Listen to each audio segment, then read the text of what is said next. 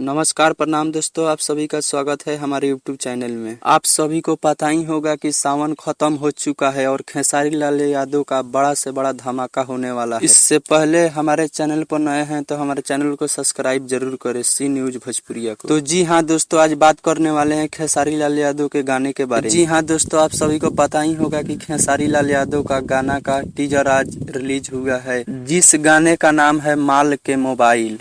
और अन्नपूर्णा फिल्म्स पर एक गाना का टीजर रिलीज हुआ है और जिस गाने को लिखे हैं अखिलेश कश्यप और म्यूजिक दिए हैं रोशन सिंह। और खेसारी लाल यादव के साथ स्मिता मेहरा नजर आएंगे वीडियो में। टीजर को अभी नहीं देखे हैं तो अन्नपूर्णा फिल्म्स पर जाकर जरूर देखें। और खेसारी लाल यादव का यह गाना अन्नपूर्णा फिल्म्स पर 2 तारीख को सुबह 6:15 पर फुल वीडियो सॉन्ग रिलीज कर दिया जाएगा। और बताया जा रहा है यह गाना 2023 का सबसे ब्लास्ट गाना होने वाला है। हमारे चैनल पर नए हैं तो हमारे चैनल को सब्सक्राइब जरूर करें। नमस्कार प्रणाम दोस्तों।